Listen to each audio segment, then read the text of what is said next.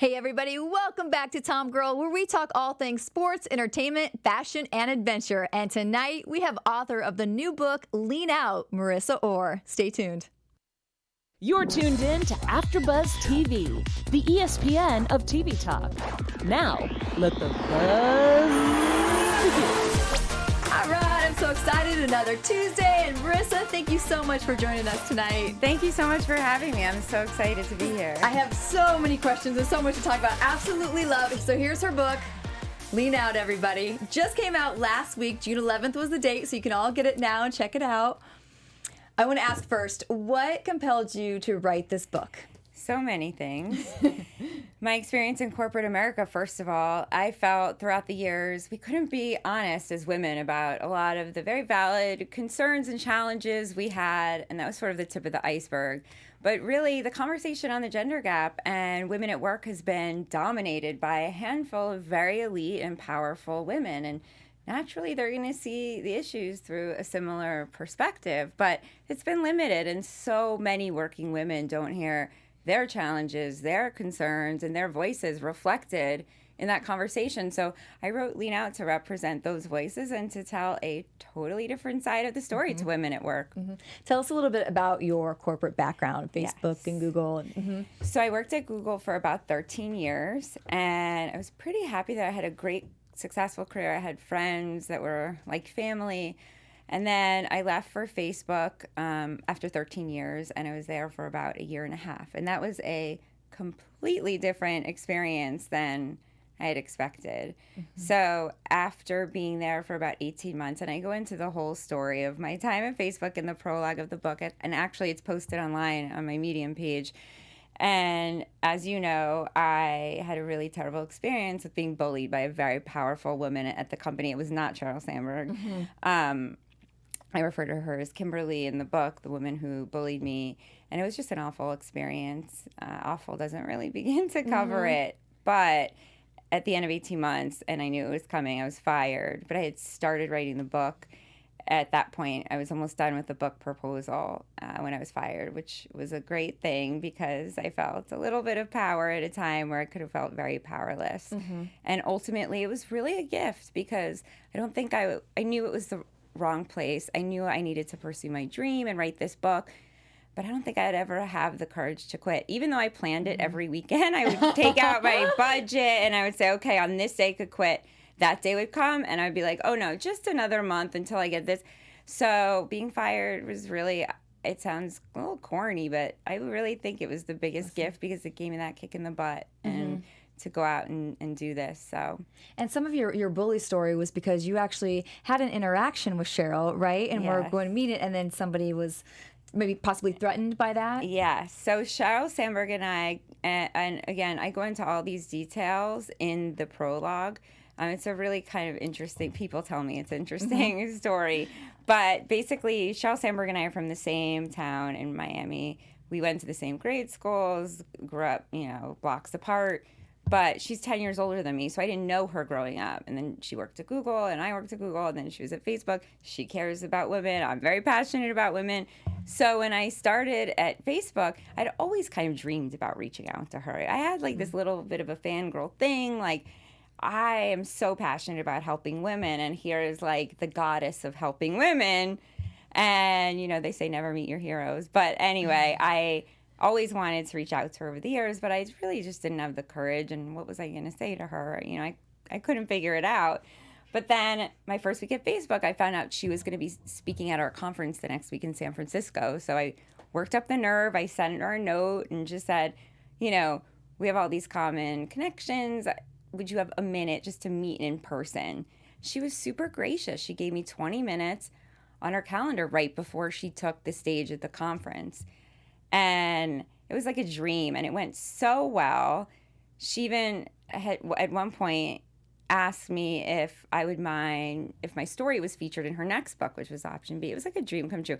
I walked out of that meeting, and I was like, mic drop. My second week at Facebook, clearly Sheryl Sandberg loves me, and clearly we're going to be best friends, and we're going to, I had all these crazy dreams. We're going to write a book together, and we're going to take girls' trips together that she'll pay for, And it was like this crazy dream, and not to spoil the ending, like none of that came true. But when I got back to New York after the conference, suddenly everything had shifted in my relationship with the woman that had brought me over to Facebook. And I mean, shifted is, again, a light word. It was like a drastic 180. And then talking to people that had worked with her before, eventually it was pieced together that she was pissed off, basically, that I had met with Sheryl Sandberg my second week, and she saw it as like a political power move. That stuff is so far from who I am. It was funny because some people were like, obviously that's why she treated you that way. She was pissed. To me, I'm perhaps a little bit naive, or probably it just didn't occur to me. And when they said it and I talked to people that work for her, they're like, that's definitely it. And so it was an ironic kind of weird thing the universe put together, where I had started in a way writing this book years ago as a lecture series at Google. And then it took me meeting Sheryl Sandberg and having this terrible experience to really give me that kick in the butt. So, it was meant to be, I guess. Yeah. Tell me about some of maybe those conversations you had or those fears you went through thinking, because you're bringing up an argument, or not an argument, a point very different than her point, It's a counter-argument in a lot of respects. Right, right. And I'm sure you probably had maybe some trepidation or some things you had to go through before feeling confident and putting all your heart and soul into this. Can you kind of tell us a little bit about that? It's a great question. I think, had to be broken completely in order for me to be honest with myself about what it was that I wanted and who I was and what I stood for and what my voice was. And when in that experience being bullied, like my identity was completely unraveled. I didn't recognize myself at that place. I had this reputation at Google I worked really hard to cultivate. I had people respected my work and they trusted me, and I had friends, people liked me, and it was completely the opposite at Facebook. There was, there's so much I could say, but it was just terrible, and it forced me into that dark place. And then what happened was, so I started thinking about what do I want? And when I was honest with myself, I knew deep down I was never going to be truly happy in the corporate world. And maybe more importantly, I was never going to fulfill my potential as a human being. But that's scary. And I knew that I needed to continue working on that lecture series and turn it into a book. I had this book inside of me, but I was very scared. I'm a single mom of 3 kids. I have this lucrative career at 2 of the best tech companies in the world. It felt so irresponsible to be in that position and just leave to write. This is a crazy idea. Write some book about, women in the workplace, something I have no experience doing. But it was I had some with the lecture series, but I'd never written a book. And it was really a moment after about a year at Facebook where, I knew something had to change. I knew, I got to write this book. But I probably did what probably every writer does when they decide they want to write a book. They do everything but write the book. Like they research writing a book. I read all these things about writing a book, but I couldn't put pen to paper until about a year into Facebook. I was at a women's leadership breakfast, and Sheryl Sandberg was on stage, and who was interviewing her about female empowerment, but Kimberly, this woman that had tormented me for a year. And she starts going on about how important it is for her to support all the women on her team. And I sat there like my blood was boiling. I was like, none of this is real. And as somebody who cares very passionately about this topic and, loves helping women and all things about women, seeing that phoniness and that agenda being put above a genuine desire to actually help people. Forget about the fact that it was, so evil what she had done to me and other women I knew, but then to be so phony about it. I promised myself in that moment, no matter what, I would write this book. Like, I still have the notes I took in the notebook from that conference where I was like, just observe and collect. And I wrote down things that were happening as a way to feel like I had power in this situation. And then I went home, and the first thing I did that night was Googled how to write a book, and it started there. When you did extensive research, and I love in the book you compare a lot of the other books that we all know about these days. Talk about how some of your ideas are completely different than like what Lean In and some of the other ones have said. Yeah. So Lean In and books of that nature pin the blame for the gender gap on culture and stereotypes. Excuse me. And their prescriptions for success hinge on women sort of defying these forces to basically act more like men. I really believe that men and women, not all men, not all women, but a large part of men and women want and need different things at work, and that's okay. Like, instead of dismissing women's needs as a product of cultural oppression, we should listen to them, take them seriously, embrace their needs, and see what is it about the corporate structure that isn't meeting their needs, and how can we change that? And I feel the current sort of view, the current sort of conventional wisdom is very dismissive of women in a way, and it purports to be very much pro-women, but on another level, it takes everything that they say they want and need and their problems and basically dismisses it in a way we never do with men. You know, history is littered with examples of women being told how to behave. To me, this all is a shiny wrapper on that same tradition because, you know, like 18% of women say they want to be a corporate executive versus 36% of men. To say that the reason women don't want to be a corporate executive as much as men is because they're culturally conditioned to say that, it's something we never say with men. Like, there's only 5% of, you know, corporations that have female CEOs, and maybe 5% of tech engineers are women. But we never talk about the fact that less than 10% of nurses are men, or less than 10% of teachers are men. Like, is an engineer more worthy to society than a nurse? Like, I don't think so. The nurses I've ever had have been like virtual heroes. And so to me, it's a value judgment. And I think it's a value judgment that undermines women instead of celebrating them. I think one of the points you make in the book too that I resonated a lot with me was some of the motivational factors in corporate America. Like you advance, you get management, you're kind of expected, or you're looked different upon if you don't want that. But if you do that, you kind of get pulled into, like you said, a minimal like pay increase that doesn't make that much difference like after a certain level. But then you lose some of the, like I think you talked about standing up at a speaker and asking, well, maybe a woman wants flexible hour or something else, and they thought that they totally shut you down. Yeah, which is a whole separate thing in that I talk about in terms of today, because a few powerful women control the conversation. If you disagree, it's like you're shunned or scorned. And so women mostly keep their opinions to themselves, which is unfortunate, but that's a whole other topic. So what you're referring to is the whole motivation and reward element, which I go into a lot of detail about in the book.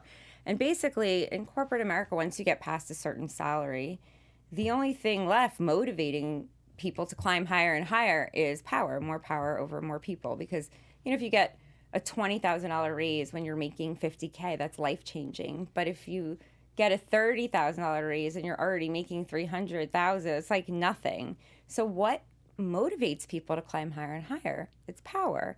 And research is very conclusive on the idea that not everybody is similarly rewarded by that type of power, which is like professional authority, like basically the ability to tell people what to do. And I mean, it seems crazy. This is a concept we teach our kids. We learn in kindergarten. Everybody likes different things, right? But at work, there's just this one thing. Obviously, the winners are going to be the ones who like that one thing most. And it's true, like personality research and behavioral sciences, it shows like people that feel rewarded by that kind of power are a subset of the population.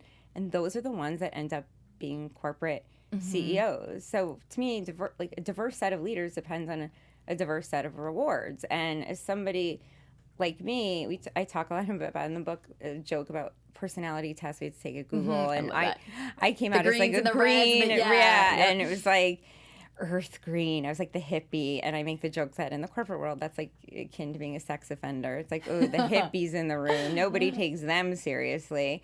But one thing that I learned in that session, which was so life-altering to me in terms of my perspective, is that I'm the kind of person that values relationships more so than like authority. You know, those two things are in tension with each other. You can't love both. So the corporate world, and in that offsite, I said, well, what are the colors of our executive team? And they were all red, which was the opposite of the hippie. It's like a Gordon Gekko hippie kind of continuum. And they were like the people that are competitive and love power and are focused more on results than relationships. And they were all, our senior executive team is like all red. And I was like, oh, well, this really changes my perspective on diversity, because the winners of the corporate game they're all going to look the same. That's a zero-sum competition for power. The same type of people are going to win every time. So that whole idea of motivation and reward is such an elementary idea. Everybody likes different things. Like, not everyone feels rewarded by that. The problem is we consider people like me that aren't rewarded. In the corporate world, it's looked at as weakness. That's the real issue that nobody ever talks about. And at Google, you can only be promoted past a certain level if you start managing bigger and bigger teams. Well, to me, that was like a punishment. I didn't want to do that. I'm creative. I wanted to dig in and solve problems, and I wanted to widen my impact. I wanted to work on bigger problems, and I could have had, and I did have the same impact as my peers who were managing large teams. But over time, I realized, oh, they're not going to change that policy because they interpret my indifference toward that as a lack of ambition, which made me feel a little bit like a defect or something, which is another reason I wrote this book, because it's crazy how many women have written to me to say thank you for putting my own thoughts and feelings into words that I didn't quite know how to express.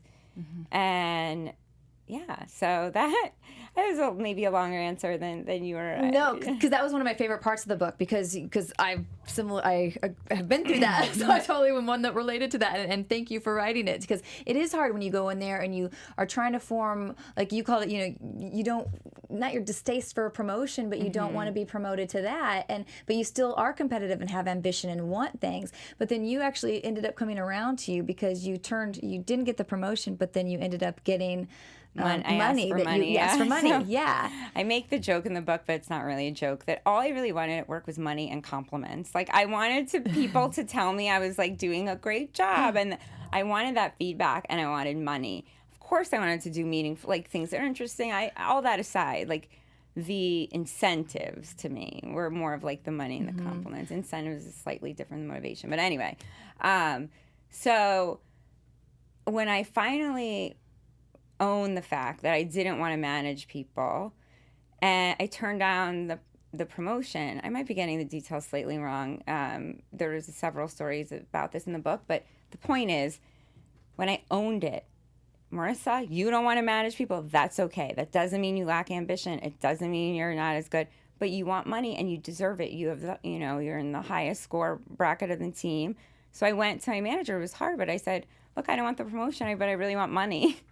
And she's like, well, that's not how it works. But then several weeks later, our managing director sent me an email that they gave me a huge part of their discretionary budget, more than they ever do, to me as a bonus to compensate for the lack of promotion, because he said, we really value you and we want you to be happy. And it kind of it dawned on me like, oh, I asked for what I wanted, but first I had to know what it was that I wanted. And I didn't want that promotion. I didn't want to start managing a big team. So in order to get what I want, I first had to be honest with myself about what it was that I wanted. And that's another thing that I really hope to, get the message across with this book is like, be honest with yourself. Are you just comparing your, situation with your peer and they're getting a promotion so you want one? Because I was fighting, because I was I was doing that all the time. I was fighting for these promotions that I didn't even want. So that was, I think that was the story you're talking about, right? Yeah, exactly. Yeah. So that your advice would be to get clear. What other advice for people who maybe are stuck in that same situation as you were? So, and I want to make it clear too, it's a good question, because some people misinterpret what I mean by lean out. And lean out does not mean quit your job. It doesn't mean take your foot off the pedal of your career or reduce your, it means none of that. It really means the spirit of it is leaning out of anyone else's story or idea of who you are and what your career should be, and frankly, what success looks like. So my advice, and I devote a chapter to this in the book, is really defining success on your own terms and perhaps using well-being as the metric instead of winning. Because with well-being as the metric for your success, you're no longer comparing salary and, position on the ladder.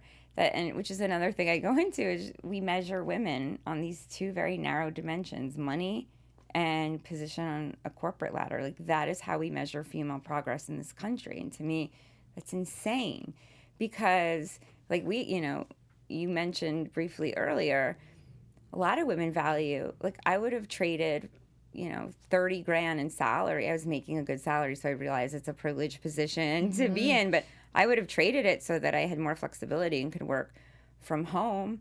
You can't, comparing people by on the dimension of income tells you nothing about which one is more successful. If you get the corner office and you sit there sad and alone, can you really call that success? So one of the ways that I propose we address all of this, stop measuring women against men in terms of what they have and money and power, and really start looking at well-being. Because when you look at well-being, to me, it directs resources and energy to the women who need it most. Like, there's so many women in this country that need that, all these resources being poured into helping sort of these elite women in the corporate world climb higher towards something they don't want.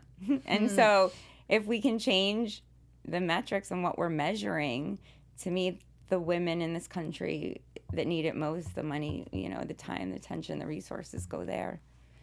So there still is now a smaller percentage of women as CEOs in this company, or in this country, and still kind of a corporate environment that is geared towards men. Do you think that will change? And what would more of this kind of environment you're envisioning look like? Yeah. So I don't know if it will change, but if we're looking historically as a clue, no, because it hasn't changed in 20 years, despite the enormous amount of resources. I mean, what social issue has had the resources and the attention that this one has, that has literally not budged in 20 years?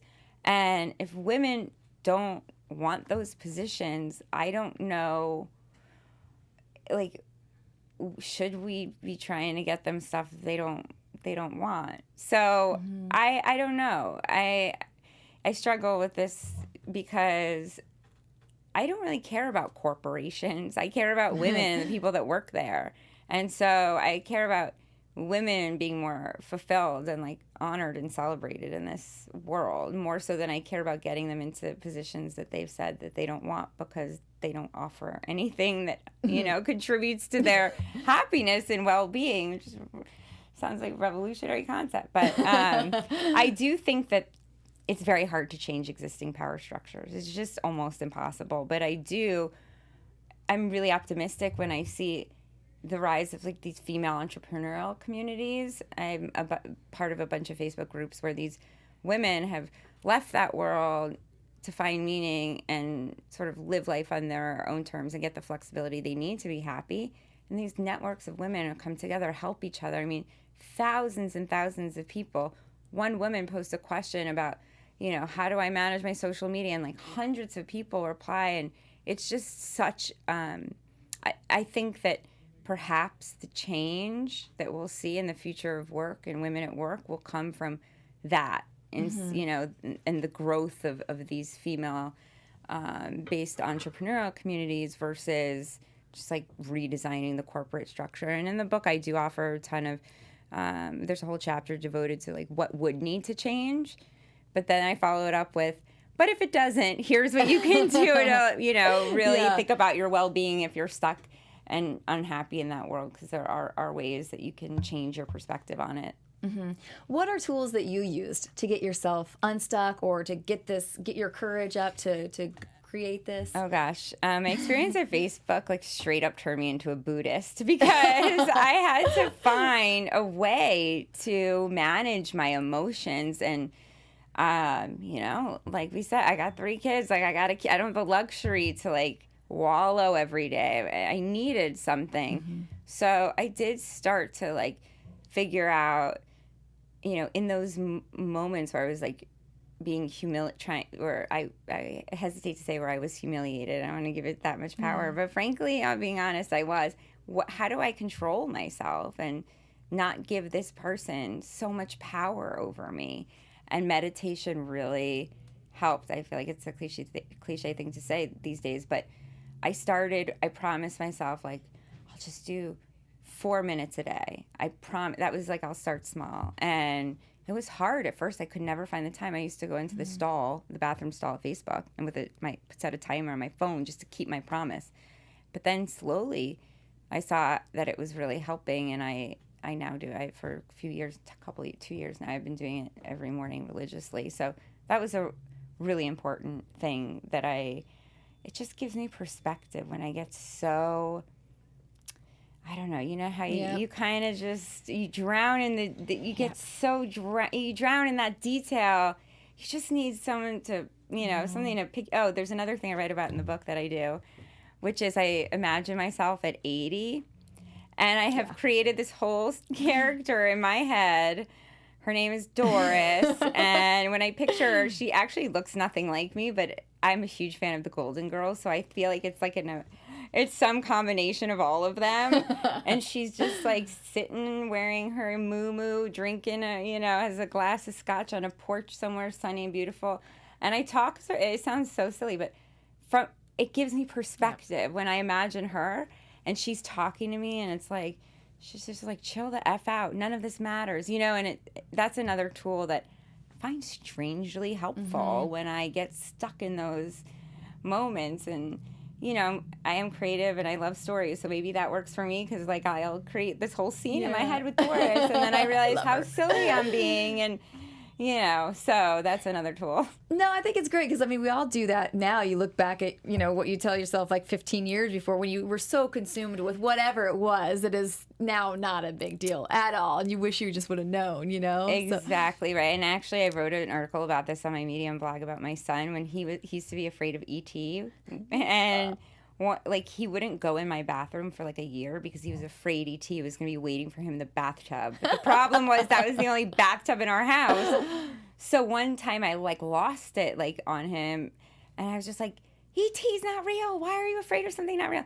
And it hit me. I was like, oh, just like I'm afraid of writing this book, and I'm afraid of writing anything for what people will say about me. It's like, that's not real either. It's like, I have perspective to know, I've lived long enough to know E.T.'s not going to be in that bathtub. But Doris has lived long enough to know there's nothing to be afraid of with writing. So it actually, that sort of experience is, I think, with birth Doris. Love Doris. Were there any surprises or things you learned about yourself along the process of writing this book? Oh, so much. I had to literally change my entire personality to write this book because for so long, in the corporate world, you're just very comfortable. I was very safe and whatever. But I have this streak in me. I'm sort of a procrastinator. I didn't have a lot of discipline at all about things. I'm sort of like instant gratification, impulsive. My brain is very chaotic, messy, creative. None of these things work in writing a book. These are not things that at all help you. It's the opposite. You need so much discipline. So it's almost like I learned all these things about me that I didn't see very clearly that needed to be changed when it comes to writing a book. I read everything I could about discipline, and I understood I need to create routines. And so I learned, but I also learned that, I have more courage than I ever really thought that I could ever have. So I would say, it's weird. I feel weird saying that, but I feel courageous. Yeah, that's great. You should. That's amazing. How has this week been now that the book's been out and you've been getting responses? It is insane. I was on the plane yesterday out to LA. Like, this is a dream come true for me. I will admit, I've never told anyone except my friends this, but I did have a vision board that I put together like a year ago. Like, I had so much anxiety. I was like, let me just picture it. And like, all these things are happening and it's the dream come true. And yesterday on the plane, somebody sent me a picture from the Minneapolis airport, and the bookshelf in the front of the airport bookstore, it was just 2 books on a shelf, and it was mine and Michelle Obama's. And the feeling was indescribable. Now, I turned to the guy. I never talk to anyone on planes. I'm actually I was telling you this before the interview, a little shy and introverted. And I turned to this guy next to me and I go, I just have to show you something. And this poor guy, I was like, look, that's my book. I felt like I won the Oscar of books. Like, I am next to Michelle. This is insane. So it's been amazing. It's also very draining because, you know, I've been home in my pajamas writing by myself for 2 years. And, you know, now it's kind of like the total opposite. But it's a dream come true. It's just also exhausting. What did it make you? Are you hungry to write another one and do a lot more, or are kind you of? Because now I never thought so. Because writing a book is excruciating. It is harder than I ever imagined. And I used to joke with people like, "Don't ever write a book. It's like the worst thing you could ever do." But now that it's done and it's out, it's kind of like childbirth, I guess. It's like you have that baby and it's crying all the time. You never sleep. And then you're like, I'm never having another one. And then the baby grows and it's cute. And you're like, I'll have another one. So it's kind of, I feel like that's what's happening with the book.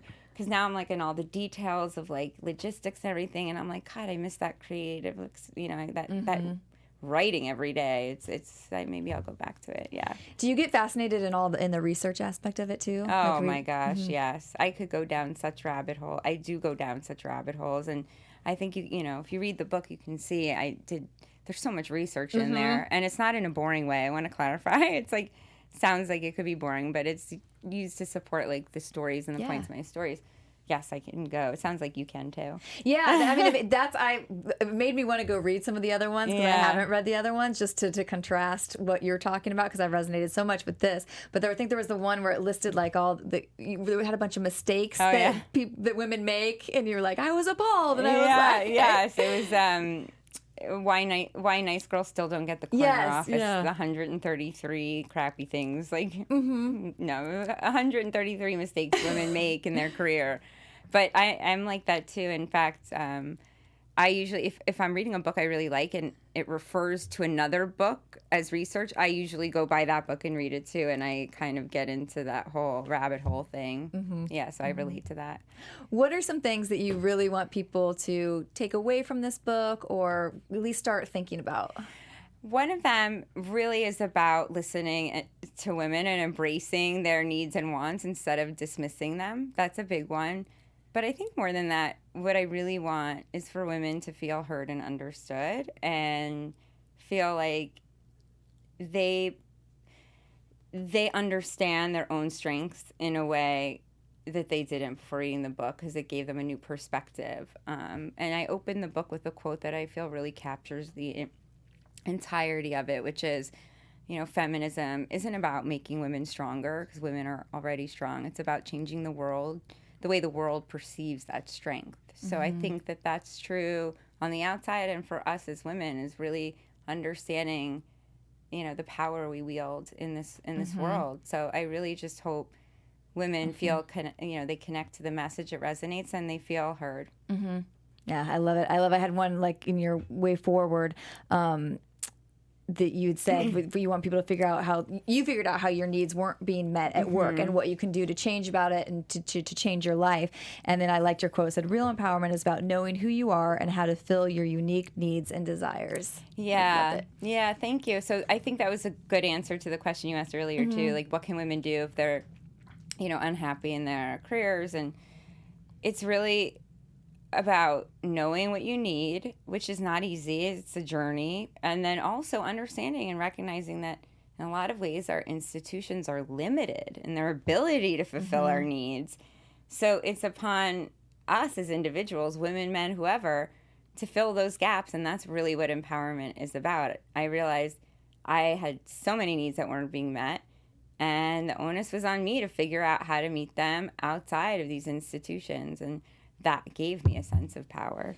I know this might sound basic, but are there any tools that maybe you talk about in your workshops or things that that you would tell somebody to do? Like you said, you have a vision board. Would you recommend vision boards or like making lists of what makes you happy? I don't know. What are some of the tools that you might recommend to people to try? Yeah. So I think it really depends on the individual. Like my best friend, Sarah, would never make a vision board ever. Like it is so not in her personality. But she loves lists more than anything. Lists are like her heroine. So like for her, perhaps a list that she could like cross stuff out and get that shot in the vein. But she and anyone else, I guess, would really help me. I know this sounds, understanding personality is really huge.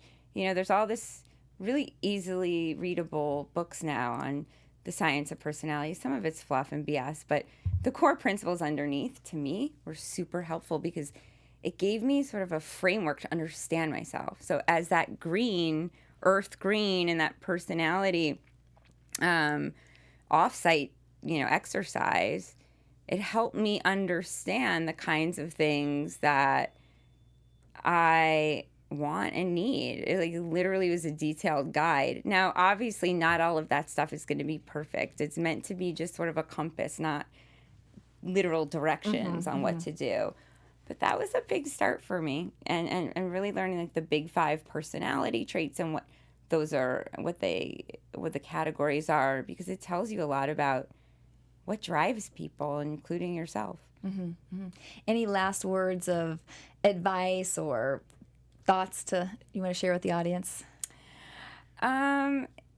Yeah, I just buy my book. No, I'm kidding. We'll get to that next. We'll say where we can get it. I'm totally kidding. That was a joke anyway, sort of. I guess really the main message of the book is own who you are. And so many times we think there's something wrong with us when really we're just in the wrong environment or system, or we're playing the wrong game. And as soon as I stepped out of that game, once I realized I was playing it and I stepped out, put myself into a different, environment where it wasn't win-lose and I could sort of shine, like everything changed. But I had to own who I was first. So I would say own who you are and tell the truth. Great. Now, where can everybody... That was a joke. I had nothing to say anyway. Where can people buy your book and how can they follow you on social media? So it's on Amazon now. You can order it, Kindle version, hardcover, Audible. It's all there.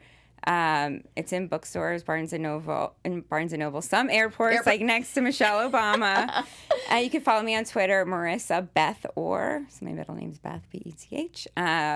I'm on Instagram, Marissa Beth Orr also, and then on Medium, where that article about my son with ET, and the prologue of the book actually is at Marissa Orr.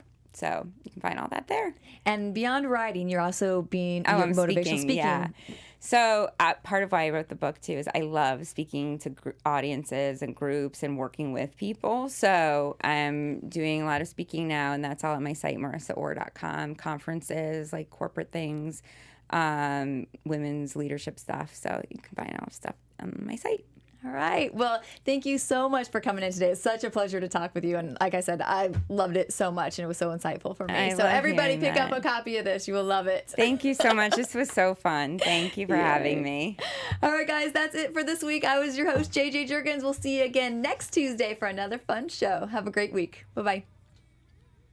Our founder, Keven Undergaro, and me, Maria Menounos, would like to thank you for tuning in to AfterBuzz TV. Remember, we're not just the first, we're the biggest in the world, and we're the only destination for all your favorite TV shows. Whatever you crave, we've got it. So go to AfterBuzzTV.com and check out our lineup. Buzz you later. The views expressed herein are those of the hosts only and do not necessarily reflect the views of AfterBuzz TV or its owners or principals.